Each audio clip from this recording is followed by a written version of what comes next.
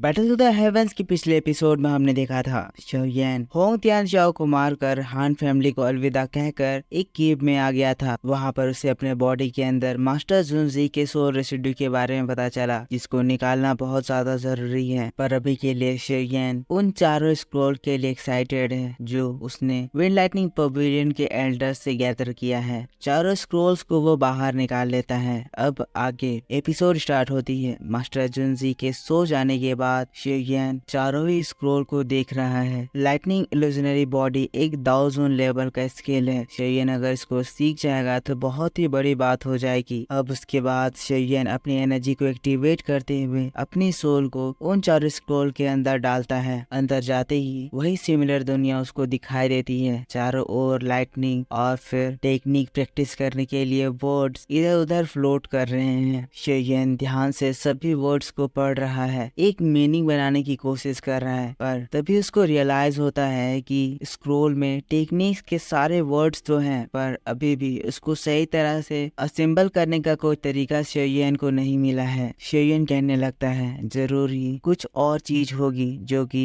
इन scrolls में लिखी हुई इन टेक्निक्स को एक सही ऑर्डर में प्रिंट करेगी, जिससे मैं उस लाइटनिंग इल्यूजनरी टेक्निक को सीख पाऊंगा। जिसके बाद शोयन उन चारों स्क्रोल को अपनी स्टोरेज रिंग में रख लेता है। कहता है अभी के लिए ये स्क्रोल्स मेरे कोई भी काम के नहीं है, पर होप करता हूँ फ्यूचर में मुझे वो चीज मिल जाए जिससे मैं इस टेक्निक को समझ पाऊँ। जिसके बाद शोयन खड़ा हो जाता है, कहने लगता है मैंने ऑलरेडी विंड लाइटनिंग पवेलियन को ऑफेंड कर दिया है। विंड लाइटनिंग पवेलियन के सभी लोग मुझे नॉर्दर्न रीजन में ढूंढ रहे होंगे, इसीलिए मेरे लिए सबसे बेस्ट ये होगा कि मैं इस नॉर्दर्न रीजन को छोड़कर चला जाऊं। बहुत समय से मैंने लिटिल फेरी डॉक्टर और जियान को भी नहीं देखा है, अब समय आ गया है कि मैं उनसे मिलूं। ये कहते हुए शोयन उस गुफा से निकल जाता है। अगला सीन में हम शोयन को एक सिटी में देखते हैं। शोयन इस सिटी के मार्केट में पहुंच गया है। मार्केट में काफी ज्यादा भीड़ है। शोयन अपने मन में कह रहा है कि जो सिटी में शोयन अभी आया है ये तियानबा सिटी से बहुत ही ज्यादा दूर है। इसी वजह से विंड लाइटनिंग पवेलियन के नॉर्दर्न रीजन का इस जगह पर ज्यादा इन्फ्लुएंस नहीं है। शोयन कह रहा है उसे यहाँ से निकलने के लिए एक स्पेस वर्म होल की जरूरत है, इसीलिए वो इस नॉर्दर्न रीजन में कहीं पे जाकर उस सिटी को ढूंढेगा जहाँ पे उसे स्पेस वर्म होल मिले। पर चूंकि शोयन टोटली यहाँ पे अनजान है, उसे कहाँ पर क्या चीज है इसके बारे में बिल्कुल भी नहीं पता है, इसीलिए शोयन को एक मैप की सख्त जरूरत है। तभी रास्ते में मार्केट में गुजर रहे एक पर्सन से वो पूछता है ब्रदर क्या तुम मुझे बता सकते हो कि इस जगह पर कहीं भी मैप का कोई शॉप है। वो पर्सन शोयन को बताता है कि वो मैप का शॉप थोड़ी सी आगे जाकर उसके लेफ्ट में है। लेकिन इस बीच हम एक और पर्सन को देखते हैं जो कि शोयन की इन बातों को सुनता है। शोयन वहाँ से जा रहा होता है तो ये पर्सन एक्साइटेड होकर शोयन का रास्ता रोक देता है। कहता है हे सर क्या तुम एक मैप ढूंढ रहे हो? कितनी अच्छी बात है, मैं भी यहाँ पर मैप ही बेच रहा हूँ। मेरे सारे ही मैप्स बहुत ही ज्यादा बढ़िया और बहुत ही अच्छे से बनाई गई हैं। अगर तुम चाहो तो तुम इसको एक नजर उठाकर देख सकते हो। शोयन उसकी बातों को रिस्पॉन्स नहीं करता है। शोयन उसके मैप्स को देख रहा है। पर्सन शोयन से कहने लगता है आप मुझे ऐसे शक के नजर से मत देखो, मेरा ये स्मॉल बिजनेस है, पर इसका मतलब ये नहीं कि मेरे मैप्स की क्वालिटी बेकार है। मेरे मैप्स अच्छी क्वालिटी के हैं और इसमें आपको सारी डिटेल्स मिलेगी और आप सेटिस्फाई होंगे, इसका मैं फुल गारंटी लेता हूँ। अब शोयन को वो काफी ज्यादा बोल रहा था तो शोयन भी उसको कहता है ठीक है फिर मुझे एक नॉर्दर्न टेरिटरी का मैप दिखाओ, पर वो मैप बहुत ही ज्यादा डिटेल में होनी चाहिए। शोयन की बात को सुनकर वो पर्सन खुश हो जाता है। अपने बैग से एक मैप निकाल कर शोयन को दे देता है। शोयन जब उस मैप को खोलता है शोयन भी देखकर खुश हो जाता है। कहता है वाकई में तुम्हारा मैप तो बढ़िया है, इसमें सारी चीजें अच्छे से दिखाई गई है। तो बताओ तुम्हें इसके लिए कितने पैसे चाहिए? अब पैसे के नाम को सुनकर वो मर्चेंट और ज्यादा एक्साइटेड हो जाता है। कहता है ज्यादा नहीं, बस मैं आपसे 30,000 गोल्ड कॉइन्स लेना चाहता हूँ। शोयन क्योंकि इस जगह पर फॉरेनर है वो इसको उल्लू बनाना चाहता है। शोयन कहता है वाकई में 30,000 गोल्ड कॉइन्स, क्या ये कुछ ज्यादा नहीं है? अब शोयन की बात को सुनकर मर्चेंट मुंह बनाने लगता है। जिसके बाद शोयन दोबारा उस मैप को ध्यान से देखने लगता है। शोयन इसको 30,000 गोल्ड कॉइन्स देना नहीं चाहता है, लेकिन ये पर्सन शोयन को और भी ज्यादा मनाने के लिए फिर उससे और ज्यादा ज्यादा बातें करने लगता है। वेल सबसे पहले तो वो शिवयन को घूर घूर कर देखता है कि ये कैसा पर्सन है, अमीर है या गरीब है। जब इसको विश्वास हो जाता है कि शिवयन अमीर है तब वो कहने लगता है, तो यंग मैन क्या आप भी इस जगह पर हेवनली माउंटेन ब्लड पूल को विजिट करने के लिए आए हो? सच में वो चीज ही इतनी ज्यादा बढ़िया है कि सभी लोग यहाँ पर आ गए हैं। शिवयन का इस बात से उसकी बातों में ध्यान जाता है। कहता है माउंटेन ब्लड पूल। आदमी कहने लगता है तो आपको इसके बारे में नहीं पता? कहने लगता है हर 3 साल में एक बार ये हेवनली माउंटेन ब्लड पूल में हेवनली वाटर जमा होता है जिसमें हेवनली मैजिकल क्वालिटीज होती है और इन मैजिकल क्वालिटीज का फायदा उठाने के लिए बहुत बहुत दूर से लोग यहाँ पर आते हैं। कहा जाता है अगर कोई भी दाओवांग लेवल का पर्सन उस ब्लड पूल में कल्टीवेशन करता है तो वो दाओजोंग लेवल पर पहुंच जाता है। शिवयन उसको कहता है ब्रदर क्या तुम मुझे और डिटेल में बता सकते हो? तब फिर वो पर्सन बताता है हाँ वो जगह यहाँ से थोड़ी ही दूर में है और वो 3 साल अगले ही महीने कंप्लीट होने वाला है। दाओवांग पर्सन को तो वो बहुत ज्यादा फायदा करता ही है, पर अगर कोई दाओजोंग लेवल का पर्सन भी उस पूल में कल्टीवेशन करता है तो उस पूल का वाटर उसके बोन मैरो को स्ट्रॉन्ग बना देता है और उसकी स्पिरिट भी प्योर हो जाती है। अब शिवयन इसकी बातों को सुनकर अपने मन में कहने लगता है अगर ये पर्सन जो कह रहा है वो सच है तो ये चीज एक बार ट्राई मारने की वर्थ इट है। जिसके बाद वो मर्चेंट एक मैप निकाल लेता है। मैप घटिया सा था पर वो शिवयन से कहने लगता है यंग मैन अगर आप चाहें तो मैं आपको उस हेवनली माउंटेन ब्लड पूल तक जाने का मैप दे सकता हूँ, पर मैं आपको बता दूं इस बोन सिटी में हेवनली माउंटेन ब्लड पूल तक जाने का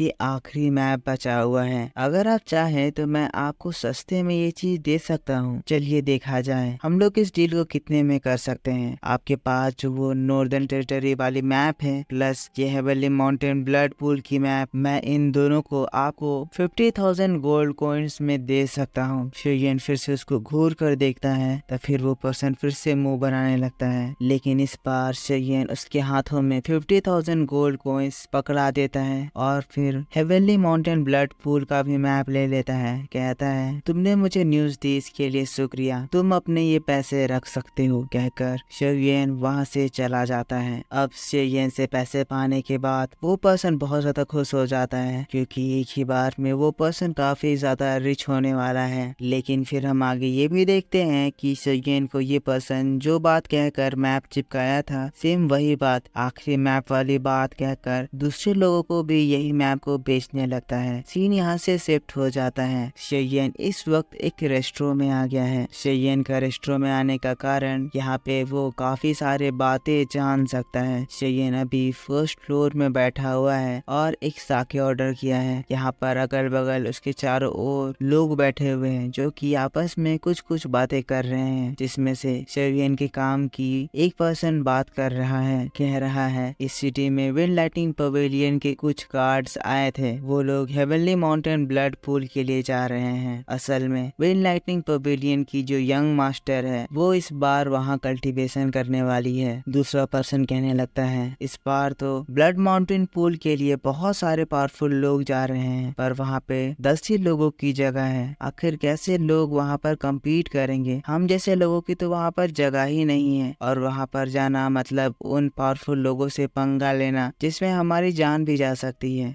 जिसके बाद दूसरे लोग एक कंपटीशन के बारे में बात कर रहे हैं। वो कंपटीशन 4 साल में एक बार होता है जो कि 4 पवेलियंस के बीच में होता है, जहाँ पे 4 पवेलियंस के जो यंग मास्टर्स हैं वो एक दूसरे से compete करते हैं और जो पवेलियन जीतता है उसको ग्लोरी मिलती है। चारों पवेलियन के यंग मास्टर इसीलिए उस हेवनली माउंटेन ब्लड पूल की ओर जा रहे हैं ताकि वो लोग अपनी स्ट्रेंथ को बढ़ा सके और इस कंपटीशन को जीत सके। मिस फेंग और तांग यिंग इस बार एक दूसरे के कॉम्पिटिटर हैं। ये दोनों ही दाओवांग लेवल पर हैं और ब्लड माउंटेन पूल में जाकर दाओजोंग लेवल के लिए कल्टीवेट करने वाले हैं। ये दोनों ही वाकई में बहुत ही सुपर पावर हाउस हैं। लेकिन इस बीच हम लोगों को एक और पर्सन को दिखाया जाता है जो कि धीरे धीरे फर्स्ट फ्लोर की ओर जा रहा है। अब यहाँ पर कुछ लोग शिवयन के बारे में भी बात करने लगते हैं। वो लोग मिस फेंग और तांग जिंग की कंपैरिजन शिवयन के साथ कर रहे हैं। क्या तुम लोगों ने शेयन का नाम सुना है? वो शेयन के कंपैरिजन में कुछ भी नहीं है। मैंने सुना है शेयन ने विंड लाइटनिंग पवेलियन के एल्डर चेन यून को मार दिया और होंग क्लैन के एंसेस्टर होंग तियान श्याओ को भी मार दिया है। जब चेन यून को बदला लेने के लिए विंड पवेलियन के 3 एल्डर्स गए तब शेयन ने उन लोगों को भी हरा दिया था। लेकिन तभी हम उस व्हाइट हेयर्ड पर्सन को देखते हैं जो कि शेयन के पास आकर रुक जाता है। शेयन से कहता है क्या मैं यहाँ बैठ सकता हूँ, और फिर बैठ जाता है। उसके ऐसा बैठते ही मास्टर जुनजी शेयन को अलर्ट करते हैं। शेयन अलर्ट हो जाओ, तुम्हारे सामने जो पर्सन बैठा है उसकी स्ट्रेंथ एक्सट्रीमली टेरिफाइंग है। अब ये बात सुनते ही शेयन खड़ा हो जाता है, कहता है अगर आपको यहाँ पे बैठना है तो आप बैठिए और मुझे थोड़ा काम है, मैं यहाँ से जा रहा हूँ। लेकिन तब वो व्हाइट हेयर्ड पर्सन अपने कप में साके डालते हुए कहता है तुमने विंड लाइटनिंग पवेलियन के 3 एल्डर्स को हरा दिया। तुमने विंड लाइटनिंग पवेलियन की one of the strong formation